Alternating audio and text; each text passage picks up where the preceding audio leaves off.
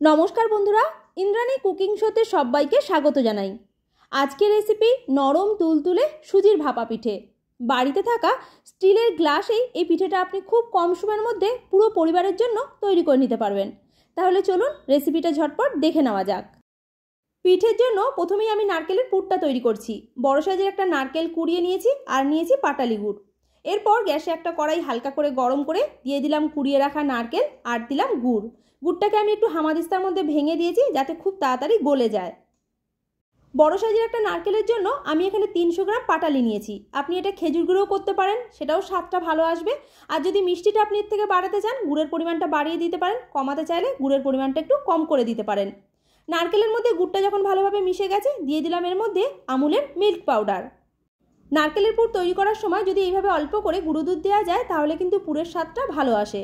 বাড়িতে থাকলে দেবেন, না থাকলে এর বদলে আপনি খোয়াও দিতে পারেন।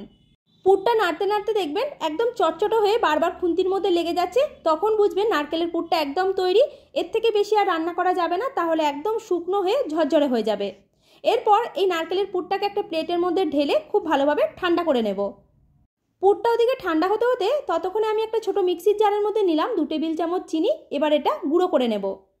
এবারে পিঠের জন্য ব্যাটার তৈরি করছি। তার জন্য বড় একটা মিক্সিং বোলের মধ্যে নিলাম মেজারিং কাপ মেপে হাফ কাপ সুজি, ওজন হচ্ছে 100 গ্রাম। তারপরের মধ্যে দিয়ে দিলাম গুঁড়ো করে রাখা চিনি। এইভাবে গুঁড়ো চিনিটা দিলে ব্যাটারের মধ্যে খুব সহজেই মিশে যায়, আর গোটা চিনিটা দিলে মিশতে একটু দেরি লাগে। এরপরের মধ্যে দিচ্ছি যে কাপ মেপে 1 কাপ সুজি নিয়েছিলাম, ওই কাপেরই হাফ কাপ টক দই। বাড়িতে মেজারিং কাপ না থাকলে ছোট বাটি বা চায়ের কাপ নিয়ে নেবেন, এতে উপকরণগুলো মাপার সময় কোনো রকম আর ভুল হবে না, ব্যাটারটা সুন্দরভাবে তৈরি হবে।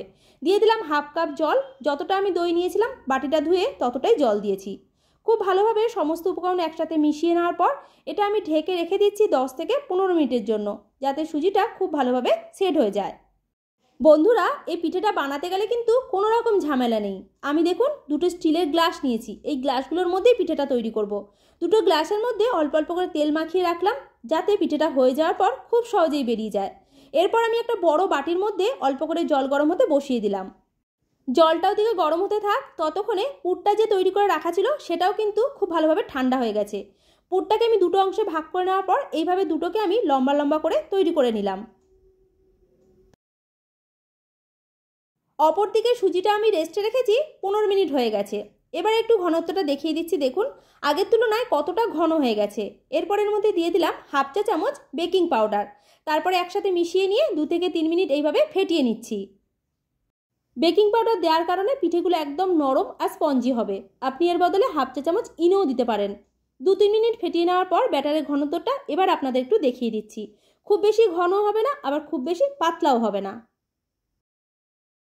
এবারে আগে থেকে যে গ্লাসগুলোর মধ্যে তেল মাখিয়ে রেখেছিলাম তার মধ্যে এই ব্যাটারটাকে হাফ হাফ করে ঢেলে দেবো। গ্লাসের কিন্তু একদম মুখ পর্যন্ত ভর্তি করা যাবে না, হাফ হাফ করতে হবে। কারণ এই পিঠেটা যখন তৈরি হয়ে যাবে এমনিতেই গ্লাসটা ভর্তি হয়ে পুরো মুখ পর্যন্ত চলে আসবে। আমি যে মাপটা নিয়ে সুজির ব্যাটারটা তৈরি করেছিলাম দুটো গ্লাসের মধ্যেই হাফ হাফ করে ধরে গেছে। এরপর দুটো গ্লাস ধরে এইভাবে একটু ট্যাপ করে নিতে হবে, যদি গ্লাসের ভেতরে কোনো বাতাস থাকে সেটা বেরিয়ে যাবে। তারপর আগে থেকে যে নারকেলের পুরটা লম্বা করে তৈরি করে রাখা ছিল সেটাকে গ্লাসের মাঝ বরাবর খুব হালকা হাতে বসিয়ে দিলাম। পিঠের গ্লাসগুলো ওদিকে রেডি করতে করতে জলটাও দেখুন টকবক করে ফুটে গেছে। এর মধ্যে একটা স্ট্যান্ড বসিয়ে দিলাম যাতে গ্লাসগুলো বসানোর পর কোনোভাবে পড়ে না যায়। তারপরে খুব সাবধানে গ্লাস দুটোকে বসিয়ে দিয়ে ওপর থেকে একটা ঢাকনা দিয়ে ঢেকে দিলাম। গ্যাসের ফ্লেমটা মিডিয়াম টু লোতে রেখে এইভাবে আমি পিঠেটাকে রান্না করে নেব 15 থেকে 20 মিনিট। 20 মিনিট হয়ে যাওয়ার পর ঢাকনাটা খুলে নিয়েছি।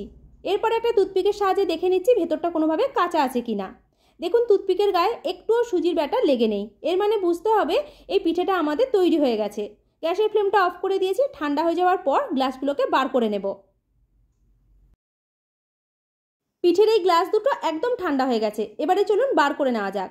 এই পিঠেটা বার করতে গেলে ছুরি দিয়ে আপনাকে কোনো রকম খোঁজাখুঁজি করারই দরকার নেই। গ্লাসের সাইডটা দেখুন এমনিই ছেড়ে গেছে।